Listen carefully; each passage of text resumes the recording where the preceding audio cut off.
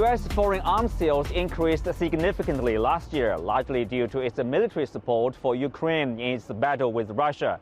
What has been the impact of U.S. military aid to the Ukraine crisis? How likely is a Ukraine victory, given its limited manpower, struggling economy, and heavy dependence on the West? In this dialogue special of Ukraine crisis 1 year on, we have Peter Zalmayev, Director of the Eurasia Democracy Initiative, and Anton Fedyashin, Associate Professor from the History Department of American University.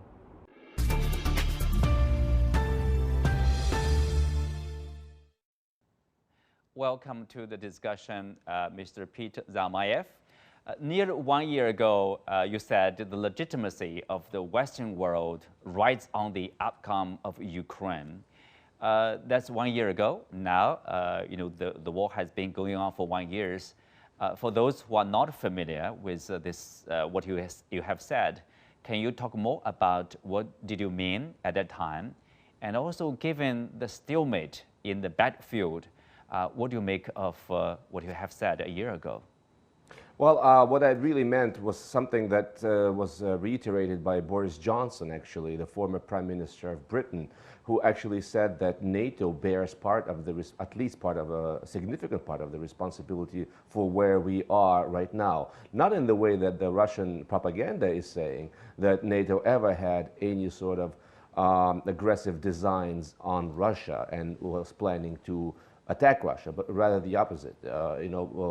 NATO started this dance with Ukraine a few years ago, encouraging it to apply, but then it lacked political will to accept Ukraine. Germany, France never made up their mind when and if they really wanted to see Ukraine as part of NATO.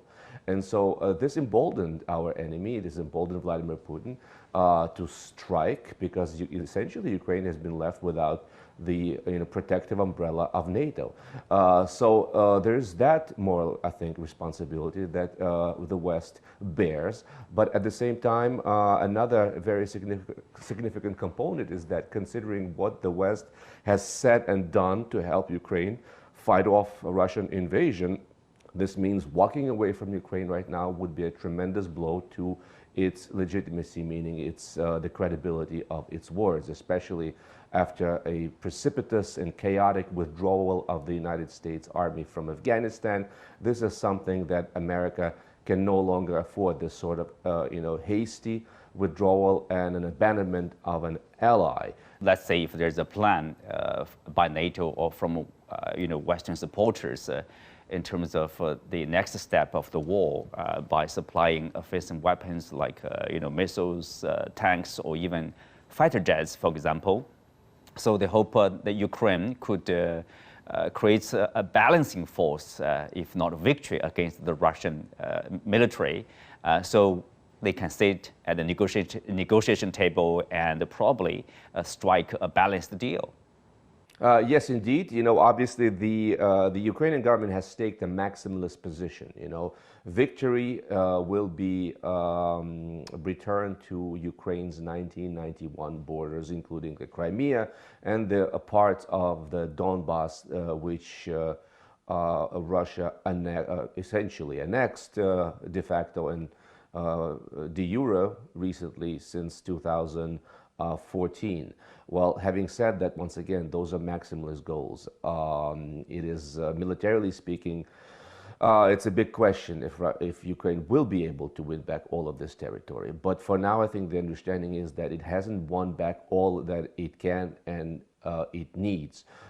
Access to the, Azov Sea is crucial, and some other parts of southern Ukraine is crucial. But above and beyond territory, what Ukraine is concerned is long-term security. Mm-hmm. In terms of security, there are people talking about, a final ending scenario in which Ukraine will remain neutral. Of course, that's also the demand from Moscow. But for Ukraine, they are applying to join NATO. They are applying to join the EU. NATO membership, at least from a Ukrainian point of view, is critical in terms of their security vis-a-vis Russia. But what about the likelihood? Well, that's a million-dollar question. Ukraine obviously can no longer be engaged in these talks about its neutral status, even though that was Vladimir Putin's ostensible goal going into Ukraine. And therefore, we see that Russia is probably going to be interested in continuing and dragging on this sort of a war to different extents and different levels of intensity, because it knows that for as long as there is war on Ukraine's territories or around its borders, NATO will not be able to accept Ukraine as a member because of the collective security chapter, chapter 5. It would automatically mean going to war with Russia over Ukraine if Ukraine were to join. And so Vladimir Putin, it's an open question how motivated Putin is precisely by Ukraine's prospective NATO membership, or whether he fears Ukraine's prospective EU membership. It seems to me that Vladimir Putin just cannot contemplate Ukraine being outside of a sphere of influence, period. And so Ukraine's goal is, I think, should be not so much territory as, once again, something that would guarantee its continued existence. And so far, right now, I don't see any alternative to NATO membership. When it will happen, we're still talking potentially several years, but it seems to me there's finally political will among NATO member states to see Ukraine as a member. Let's look at the current situation and the next moves from both sides. Basically, there's talk in the media about the new Russian offensive. And of course, on the Ukrainian side, there's talk of this spring offensive, with more modern military supplies from European nations and the US. So I would say we are going to see an escalation of confrontation in the battlefields, at least for the future, for the near future, if not for a long time to come. Indeed, and there's been all these signs that Russia will be, trying to put on another major offensive to possibly coincide with the first anniversary of the invasion. Vladimir Putin is expected to give an address to the nation, essentially. There's also planned some kind of a concert where Putin is scheduled to speak, similar to what happened shortly after the invasion. I think it was in last March. And so Vladimir Putin, knowing how he operates, will be hard-pressed to show something to the Russians, why it's been worthwhile, all this misery that Russia has inflicted on Ukraine, but also on its own populace, considering thousands of sanctions and the fleeing of millions, at least over 1 million, mostly men, Russian men, fleeing mobilization efforts by the government. So the debate right now is among the experts is whether Russia has already, in fact, started this second, attack. We're not seeing it yet on a massive scale, and there is now a thought that maybe this is all Russia can deliver at this point. The big question the big factor that is plaguing and preventing Russians from having any significant success on the battlefield in Ukraine is lack of not only military but political goals. They never were explained to the generals, to the officers, to the soldiers of the occupying force, and that's why we keep hearing how poorly motivated the Russian force is. On the other hand, Ukrainians know what they're fighting for. They're fighting for their country.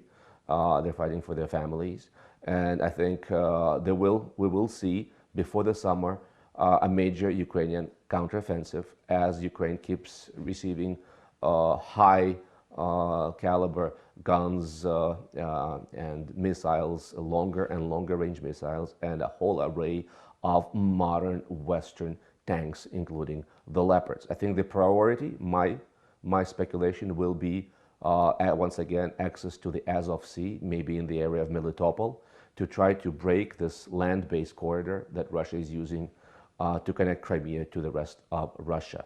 I do not believe that reconquering Donbass, eastern Ukraine, is in the cards. simply because it would require frontal attacks on Russian positions, and this is not how the Ukrainian forces operate.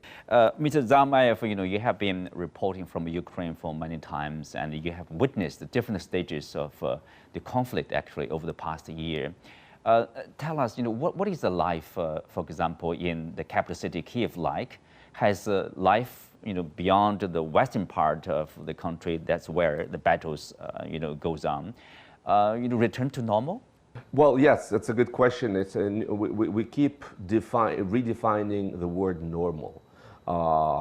There's a concept of new normal. Obviously, we are living in times that are increasingly renormalized, so to speak. The new normal is when you hear air raid sirens of imminent missile attack, and most people just don't really care. To be honest with you, I'm not being a very good example to the rest of the population by saying it, but since this war, I've never been in a bomb shelter even once. That speaks to the incredible job that Ukrainians are doing with their air defense capabilities. It speaks to the great help we have received from Western allies to bolster our air defense capacity. It speaks to our resilience, and other than that, yes, other than the 11 p.m. curfew, life does go on as usual. You can go to theater, the circus, movie theaters, restaurants are opening. New restaurants are opening. A lot of them have to operate on generators because of the, very unstable power that we have here in Kiev. But yes, people time and again show incredible resilience and adaptability, and Kiev has been no exception to that. Mm-hmm. Oh, well, good to know that. If you are, what are the biggest changes you have seen there, and what are the major, let's say, difficulties or challenges the city of Kiev and its people are trying to overcome? Well, once again, the great challenges, and we're in,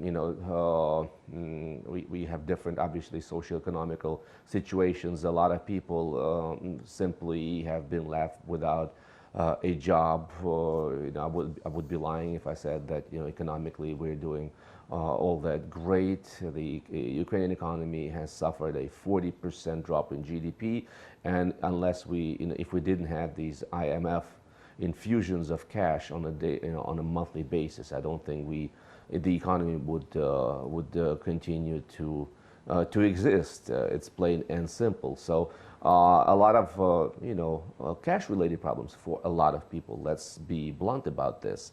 A lot of men who are still here, who are not in the front, they're doing their job here in Kiev. Their women and children have left. And remain, elsewhere in Europe, for example, other parts of the world. Obviously, one misses his family. A lot of women here have their husbands fighting in the war. Some have lost their husbands in the war. So a lot of psychological problems.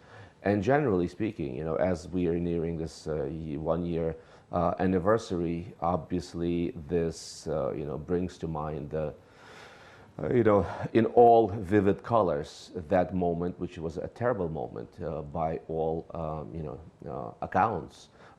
And just like, people in other countries are growing tired of the war in Ukraine, Ukrainians themselves cannot wait to put this behind them. But yet we know that we may still have ways to go, unfortunately. Well, with that, we are coming to the end of today's interview. Thank you very much, Peter Zalmayev.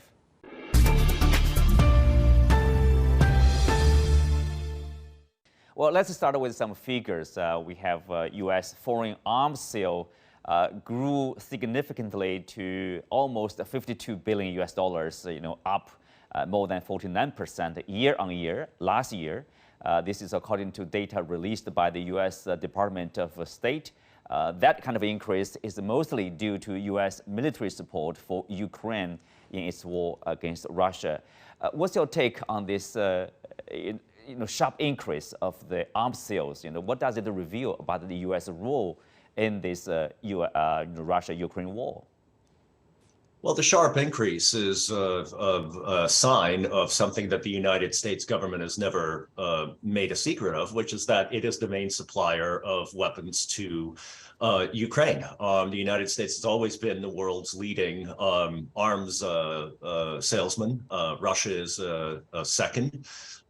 So this war has been a great gift for the military-industrial complex in the United States at a time, by the way, when its profits, of course, began to fall precipitously after the U.S. withdrawal from Afghanistan. Now, the problem with all of this is that it has helped the Ukrainians slow down the Russian military advances on their territory, but it's not enough to actually turn things around. So in order to make a difference and to achieve Ukrainian victory, which is increasingly something that even American politicians are throwing into doubt, the United States would have to increase its supplies of military material by a factor of probably 10, if not more. We see that, of course, the U.S. support is very important, but at the same time, we do see there's let's say, growing doubt, especially among the Republicans. And we know that 2024, there will be a presidential election. If there is a Republican president, do you see there could be a fall of support in terms of weapon sales to Ukraine? I think there will be a fall of support in weapon sales to Ukraine before the election of 2024, because Ukraine is slowly being displaced from the center of the foreign policy narrative in the United States already. And it actually has less to do with the Republicans and with the slim majority that they actually enjoy in Congress right now than it has to do with historical sort of length of the American public's attention span. We saw a direct manifestation of this in President Biden's State of the Union address just the other day.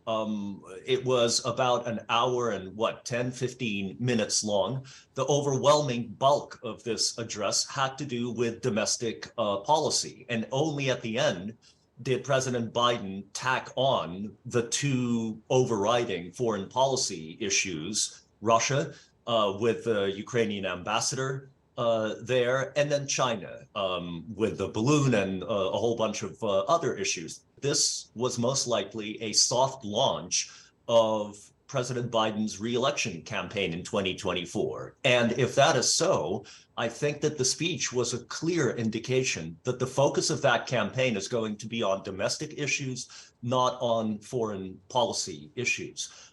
So in that sense, the United States will continue to support Ukraine, but I'm afraid for the Ukrainian sake that the amount of weapons is going to be slowly decreasing. Slowly decreasing. Let's take a look at the effects probably of those military support from the U.S., from European countries, especially with the tanks, from Germany, from the U.S., U.K., Poland, arriving in Ukraine. What kind of effect, those equipment will play? So unfortunately for the Ukrainians, the amount and the quality of the tanks that have been pledged, I'm afraid, will not make much of a difference. First of all, the head of Poland, Mateusz Morawiecki, admitted that last year, Poland supplied 250 tanks to Ukraine. And here we are several months later, and the Ukrainians are again desperately asking for more tanks. This tells us one thing, that the Russians are destroying all of those machines and have destroyed the bulk of Ukrainian tanks since the beginning of the war. I don't see how the supply of 150 or 200 Western tanks is going to make any qualitative difference on the fields. Then there's another issue about the tanks specifically, which is that after all of the publicity around the expected supply of the Challengers, the Abrams, and the Leopard 2s, we are now finding out a week, 2 weeks later about the different timelines for these supplies and the different tanks that are going to be coming in. So the British are ready to leap in with their challengers and to supply the dozen or so that they have pledged. Those will probably get there the fastest. There is a handful of Leopard 2 tanks that the Germans have pledged, and those will probably get there within a couple of months. But then the Ukrainians will have to be trained to use them. But now we're finding out that the Abrams, the 31 tanks that the Americans pledged, are not going to even get to Ukraine until the end of this year or the beginning of 2024.